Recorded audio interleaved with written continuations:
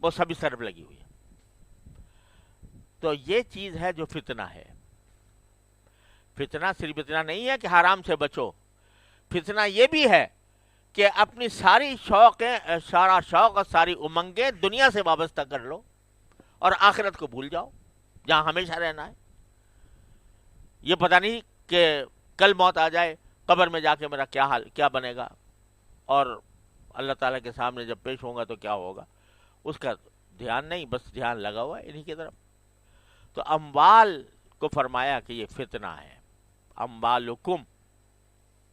ذرا ایک بات اور اس میں سوچنے کی ہے کہ اموالکم جب اللہ تعالیٰ نے فرمایا تمہارے مال، کیا مانا؟ تمہاری ملکیت ہے وہ مال، اور ملکیت تبھی ہوگی جب کہ حلال طریقے سے حاصل ہوا ہو. ملکیت تو اسی وقت آئے گی نا. اگر سود ہو تو وہ تمہاری ملک نہیں ہے، کیونکہ حرام ہے، سمجھے نا. لیکن اموالکم، اللہ تبارک و تعالیٰ اس کی گواہی دے رہے ہیں کہ تمہارے ہی ہیں، ملکیت تمہاری ہے، تمہاری ملکیت ہے، تو حلال طریقے سے حاصل ہوئی ہے. لیکن فتنہ ہے. فتنہ کیا ہے کہ اگر تم اسی کی الٹ پھیر میں رہ گئے اور اس کے نتیجے میں غافل ہو گئے، یہ فتنہ ہے تمہارے لیے. آگے چل کر پتہ نہیں تمہیں کہاں جا کے ڈبوئے گا. مولانا رومی رحمۃ اللہ علیہ فرماتے ہیں سبحان اللہ، آب اندر زیر کشتی پشتی است، آب در کشتی ہلاک کشتی است. وہ فرماتے ہیں کہ انسان کی مثال جو ہے وہ کشتی کی ہے، اور دنیا کی مثال پانی کی ہے.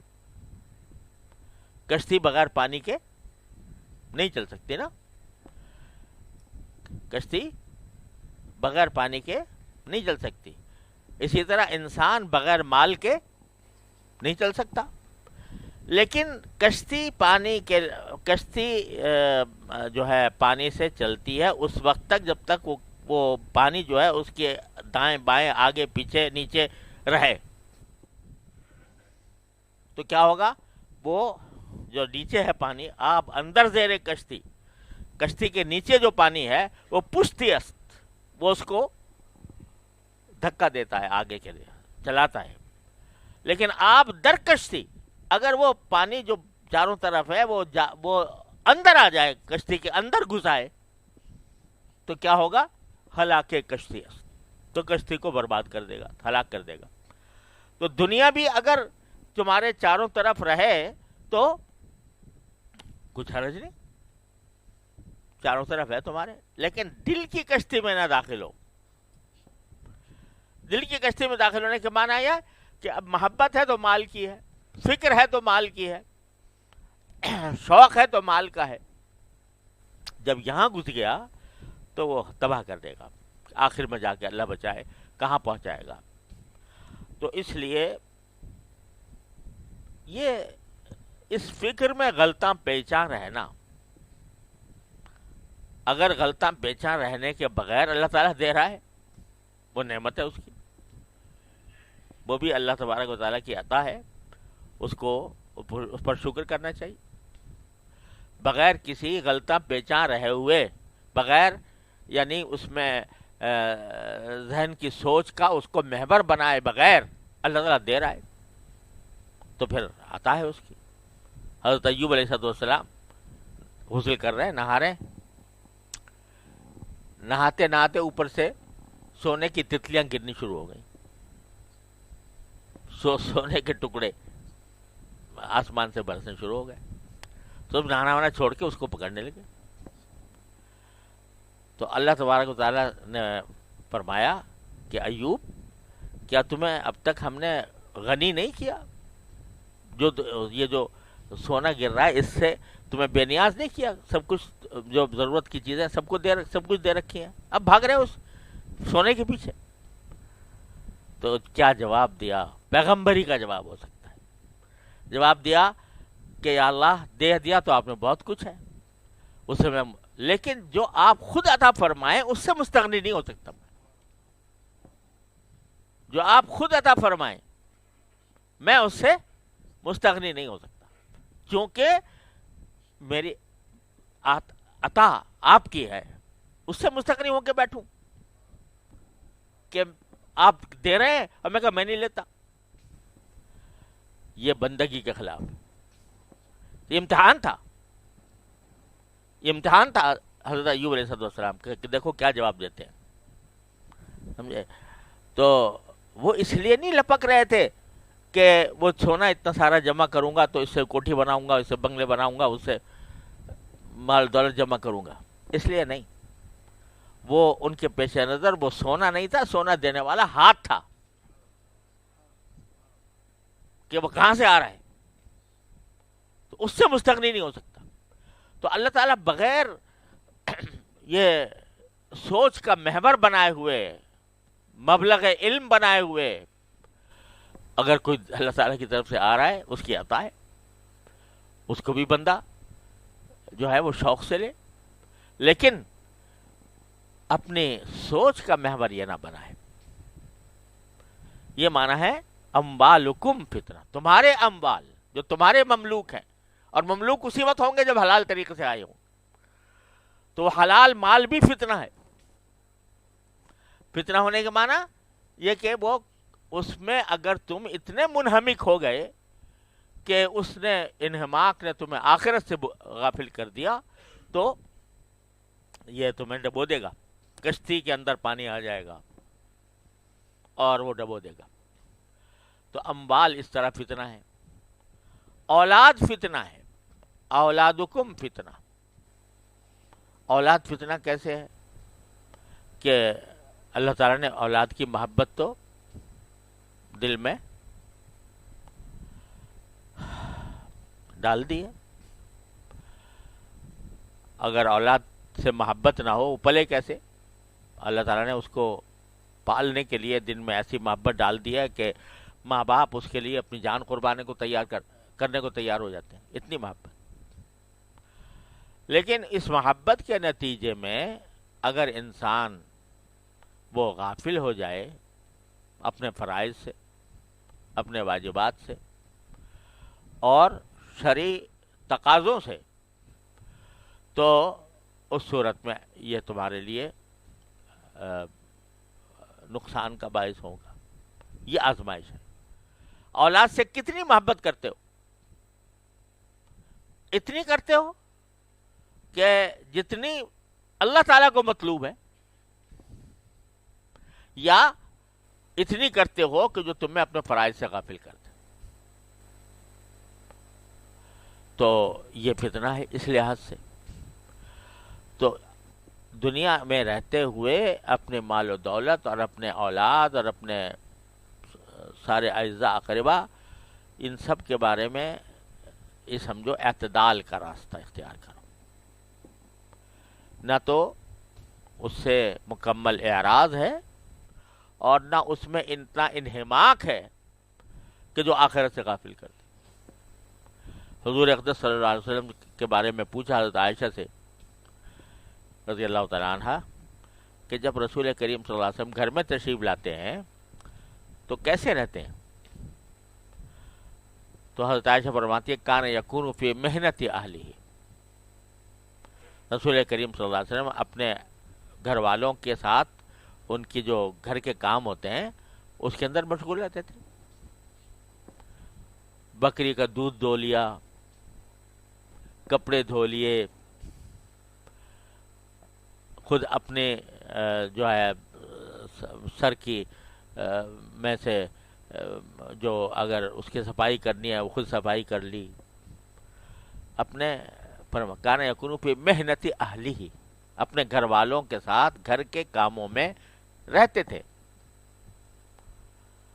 اور فَإِذَا نُودِيَ بِالصَّلَاةِ خَرَجَ إِلَى الصَّلَاةِ، نماز کی جب آزان کی آواز آ جاتی تھی چھوڑ کے چلے جاتے تھے. اور بعض روایات میں یہ الفاظ ہیں کہ مرہ کألم یعرفنا، اس طرح اٹھ کے چلے جاتے تھے جیسے ہمیں پہچانتے ہی نہیں ہیں. اس طرح اٹھ کے چلے جاتے تھے کہ جیسے ہمیں پہچانتے ہی نہیں تھے. تو یہ ہے اعتدال، توازن. گھر والوں کا اتنا خیال ہو رہا ہے کہ بھئی وہ تنہا بیچارے مشقت نہ اٹھائیں، ہم بھی ان کا ساتھ دے دیں، ہم ان کے ساتھ تعاون کر لیں. یہ سنت ہے نبی کریم سرور عالم صلی اللہ علیہ وسلم. اور جب دین کا وقت آ گیا تو اس طرح ہو گیا جیسے کہ پہچانتے بھی نہیں. تصویر والا پردہ لٹکا لیا، حضرت عائشہ صدیقہ رضی اللہ تعالیٰ عنہ نے گھر میں داخل ہونے سے انکار کر دیا، چہرہ انور متغیر ہو گیا. تو یہ اپنے گھر والوں سے محبت بھی ہے، محبت بھی اتنی ہے کہ دنیا میں کسی کو نہیں ہو سکتی. اپنے ازواج سے محبت جو رسول کریم صلی اللہ علیہ وسلم کو تھی، ایسی محبت دنیا میں کسی کو اپنی بیوی سے نہیں ہو سکتی. اتنی محبت، اتنا خیال، اتنا حسن سلوک، ان کی دلداریاں کوئی کر نہیں سکتا جیسے رسول کریم صلی اللہ علیہ وسلم نے کی. لیکن ساتھ میں یہ سمجھ لیا کہ بھئی یہ کئی تعلقات اللہ کے ساتھ تعلق میں بیچ میں مانع نہ ہو جائیں، رکاوٹ نہ بن جائے. رشتہ داریاں، قرآن کریم کہتا ہے کہ آخر میں جا کے تمہیں رشتہ داریاں کام نہیں آئیں گی، کچھ کوئی کام نہیں آئے گا، تمہارا عمل کام آئے گا. تو لہذا یہ اعتدال کی راہ رکھنا کہ آدمی اللہ کی دی ہوئی عطا کو شکر ادا کر کے استعمال بھی کرے اور اس پر خوشی کا بھی اظہار کرے، اس پر نعمت، اس کو نعمت بھی سمجھے، اس کا شکر بھی ادا کرے، لیکن اس میں خود اپنی سوچ کا اس کو دار و مدار اور محور نہ بنائے. یہ اعتدال کی راہ جو ہے یہ کسی اللہ والے کی صحبت سے نصیب ہوتی. کہہ تو دیا میں نے زبان سے، لیکن یہ اعتدال قائم کرنا یہ ایسے ہی نہیں آ جاتا، کتاب پڑھنے سے نہیں آ جاتا، یہ اللہ والوں کی صحبت سے آتا ہے. ایک بزرگ کا واقعہ حضرت نے بیان فرمایا ہے کہ ایک صاحب تھے، انہوں نے ان بزرگ کی شہرت بہت سنی تھی کہ بھائی بڑے پیر ہیں، بڑے شیخ ہیں اور بڑے لوگوں کی اصلاح ہوتی ہے ان کے پاس جا کر. تو یہ بڑے شوق کے ساتھ ان کی خدمت میں حاضر ہوئے اور بیعت کرنے کے لیے اور ان سے تعلق قائم کرنے کے لیے. جا کے دیکھا تو وہ تو تجارت چل رہی ان کی، مال آ رہا ہے اور جا رہا ہے اور تجارت میں لگے ہوئے. کہیں تھوڑی دیر کو بیٹھ جاتے ہوں گے مجلس میں یا کہیں، لیکن زیادہ وقت جو ہے وہ گزر رہا ہے اس میں، تجارت میں. اب یہ جو پہنچے گے، یار ہم نے تو سنا تھا کہ یہ بڑے پہنچے ہوئے ولی اللہ ہیں اور یہ تو دن رات ان کی ہی تجارت میں صرف ہو رہا ہے. دماغ میں یہ خیال آ گیا. تو وہ بزرگ جو تھے بہرحال گئے تھے اصلاح کے لیے، تو چاہتے تھے کہ کچھ وقت گزارے ان کے ساتھ، تو رہتے تھے ان کے ساتھ کچھ. تو ایک دن وہ چہل قدمی کے لیے تشریف لے جا رہے تھے تو یہ بھی ساتھ ہو گئے. تو کہنے لگے کہ حضرت یوں دل چاہتا ہے کہ کسی اللہ تعالیٰ مجھے آپ کی معیت میں حج نصیب فرما دے. تو کہہ رہے اچھا دل چاہتا ہے کہ ہاں، تو چلو پھر بس چلتے ہیں، چلو ابھی روانہ ہو جاتے، یہی سڑک جا رہی ہے. تو انہوں نے کہا حضرت میری ایک چادر پڑی وہاں پر، وہ میں ذرا اٹھا لاؤں خانقاہ سے. تو انہوں نے کہا بندہ خدا، تمہاری ایک چادر پڑی، ہمارا تو پورا کاروبار پڑا ہوا ہے وہاں.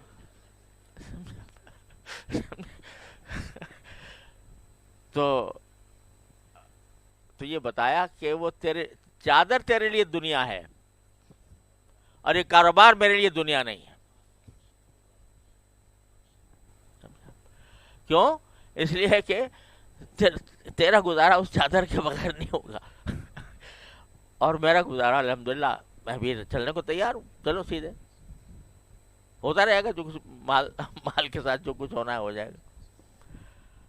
تو کیا حاصل کہ دنیا وہ ہے جو انسان کے دل میں گھس جائے اور دل سے باہر باہر ہو اور دل ادھر لگا ہوا ہو اللہ تعالیٰ کی طرف، تو وہ دنیا نہیں ہے، وہ دنیا نہیں ہے۔ تو یہ فتنے اللہ تعالیٰ نے بنائے ہیں، اموال کو بنایا، اولاد کو بنایا۔ حضرت فاروق اعظم رضی اللہ تعالیٰ عنہ کے سامنے قیصر و کسریٰ کے خزانے لا کے ڈال دیے گئے، سونا چاندی دنیا بھر کی قیمتی چیزیں، تو دیکھا اور دیکھ کر اللہ میاں سے دعا کی، یا اللہ اس مال کی محبت تو آپ نے ہمارے دل میں ڈالی ہے، زُیِّنَ لِلنَّاسِ حُبُّ الشَّهَوَاتِ مِنَ الْبَنِينَ وَالْقَنَاطِيرِ الْمُقَنطَرَةِ مِنَ الذَّهَبِ وَالْفِضَّةِ وَالْأَنْعَامِ وَالْحَرْثِ، آپ نے خود فرمایا کہ ہم نے تمہیں محبت دی ہے اس کی، اور اس کو خوشنما بنا دیا تمہارے لیے سب چیزوں کو۔ تو یا اللہ جتنی محبت آپ کو مطلوب ہے مجھ سے تو ہم مستغنی نہیں ہو سکتے، لیکن ایسا نہ ہو کہ یہ ہمارے دل میں گھس کر اور ہمیں تباہ آخرت سے غافل کر دیں۔ بس یہی مطلوب ہے کہ آدمی دنیا میں رہے، دنیا کو برتے، لیکن دنیا اس کے دل میں داخل نہ ہو۔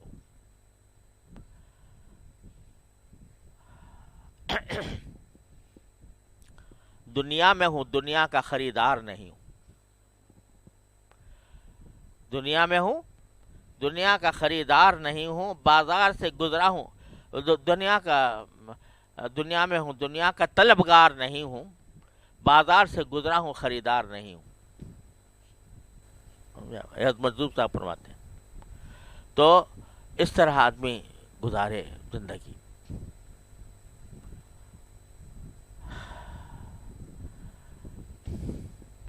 ایک بزرگ کا شعر ہے فارسی،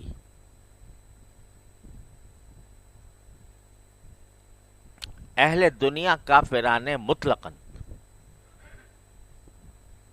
اہل دنیا کافران مطلقاً، ہر دم اندر بک بکو چک چکن، کہ یہ جو ہے اہل دنیا کافران مطلقاً، ہر دم اندر بک بکو در چک چکن، یعنی یہ لفظی ترجمہ یہ ہے کہ اہل دنیا سارے جو ہیں کافر ہیں، اور ہر دم اسی بک بک چک چک میں رہتے ہیں کہ دنیا کس طرح حاصل ہو جائے، مطلب اسی سوچ میں پڑے رہتے ہیں۔ اب یہ جملہ کہہ دینا کہ سارے اہل دنیا جو ہیں کافر ہیں، یہ بڑا زبردست اشکال ہو گیا پیدا فقہی اعتبار سے، کہ بھئی کافر کہہ دینا، کفر کا فتویٰ لگا دینا اہل دنیا کے اوپر۔ تو کیا سبحان اللہ، حضرت حکیم الامت قدس اللہ تعالیٰ سرہ سے کسی نے عرض کیا کہ حضرت یہ تو غلط بات کہہ دی کسی نے، اہل دنیا کافران مطلقاً۔ تو حضرت نے فرمایا یہ مبتدا مؤخر ہے، کافران مطلقاً، یہ کافران مطلق مبتدا ہے اور اہل دنیا خبر ہے، تو وہ خبر مقدم ہے اور یہ مبتدا مؤخر ہے۔ کیا مطلب؟ کہ مطلب کہنے کا یہ ہے کہ اہل دنیا ہے ہی وہ جو کافر ہے، سمجھے؟ اہل دنیا وہی ہے جو کافر ہے۔ ایک مومن جو ہے وہ اس کو اہل دنیا نہیں کہنا چاہیے، کیونکہ وہ دنیا کے بک بک چک چک میں ہر وقت نہیں رہتا، کچھ نہ کچھ وقت اس کا آخرت کی تیاری میں گزرتا ہے، سمجھے نا؟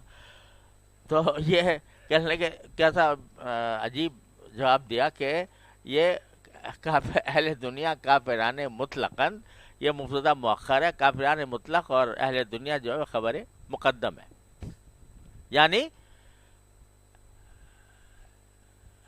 کافران مطلق اہل دنیا ہستند۔ کافران مطلق وہ جو ہوتے ہیں جو پکے کافر ہوں، وہ ہوتے ہیں اصل میں اہل دنیا، سمجھے؟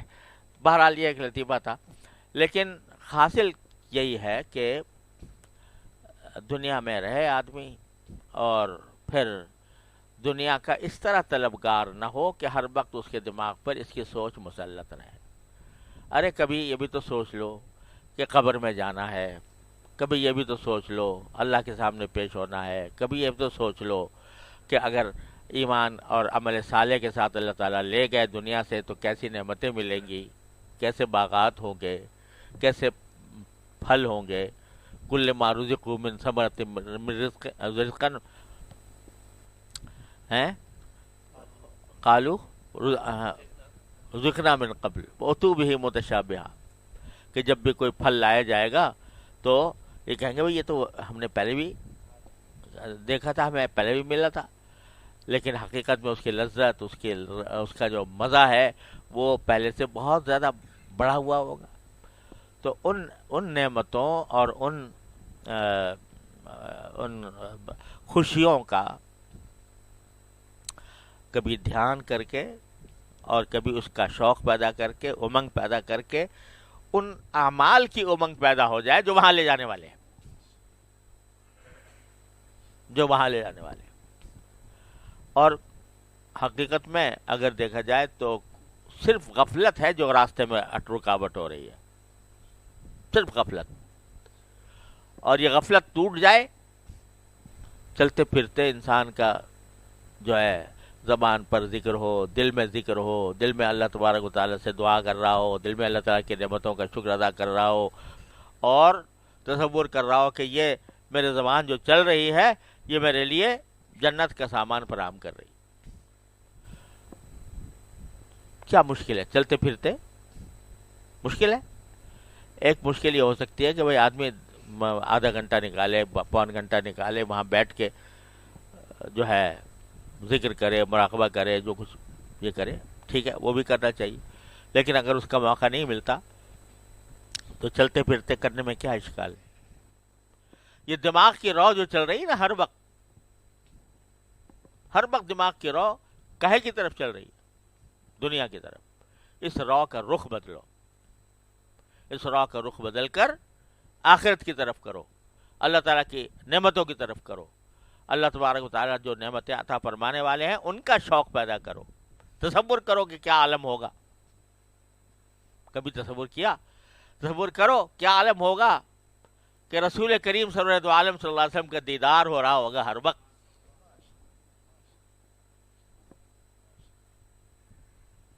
اور ہر وقت نبی کریم صلی اللہ علیہ وسلم کی صحبت نصیب ہوگی. وہ صحابہ کرام جن کے حالات پڑھتے ہیں ان سے جا کے ملاقات ہوگی. وہ انبیاء کرام علیہ السلام جن کا ذکر قرآن میں بھرا ہوا ہے ان کی زیارت ہوگی. ان سے ان کی باتیں سنیں گے. وہ اپنے زندگی کے حالات بیان کریں گے اور ہم سن رہے ہوں گے. اللہ تبارک و تعالیٰ کا دیدار ہوگا. ہر جمعہ کو اللہ تبارک و تعالیٰ کا دیدار ہوگا. ان کا تصور کرو کہ بھئی کس طرح اللہ تبارک و تعالیٰ مجھے وہاں تک پہنچائیں گے. تو آدمی تصورات کی دنیا کو ذرا سا پلٹے. یہ تصورات جو ہے نا ان سے کسی وقت خالی نہیں ہے دماغ. ہر وقت کوئی نہ کوئی خیال انسان کے دل میں آ رہا ہوتا ہے. لیکن ذرا سا اس کے رخ بدل کے اس کو جنت کی طرف کر لو، اللہ تعالیٰ کی طرف کر لو، اور جو اعمال ان تک لے جانے والے ہیں ان کی طرف کر لو. تو پھر یہ جو فتنہ ہے بچ گئے تم اس فتنے سے. مال کے فتنے سے بھی بچ گئے، اولاد کے فتنے سے بھی بچ گئے. اللہ تبارک و تعالیٰ اپنے فضل و کرم سے، اپنی رحمت سے ہم سب کو ان فتنوں سے بچنے کی توفیق عطا فرمائے. اور جو اعتدال کا راستہ بتایا ہے اس سے زیادہ، کذالک جعلناکم امۃ وسطا، ہم نے تمہیں اعتدال والی امت بنایا ہے. نہ تمہارے پر ایسے احکام فرض کیے ہیں جو تم سے کیے نہ جائیں، نہ ایسی چیزوں کو منع کیا ہے کہ جس سے رکنا تمہارے لیے ممکن نہ ہو، بہت زیادہ مشقت ہو. لا یکلف اللہ نفسا الا وسعها، صرف وسعت کے مطابق تمہیں احکام دیا. بس اس کے اوپر عمل کرتے جاؤ اور آخرت کی نعمتوں کا تصور کرتے جاؤ، اپنے اعمال کو بڑھاتے جاؤ، اعمال صالحہ میں اضافہ کرتے جاؤ. انشاءاللہ اللہ تعالیٰ جب بلائیں گے اپنے پاس، قبر میں جانا ہوگا تو انشاءاللہ قبر ساری گل و گلزار ہو جائے گی انشاءاللہ۔ وصلی اللہ تعالی علی خیر خلقہ۔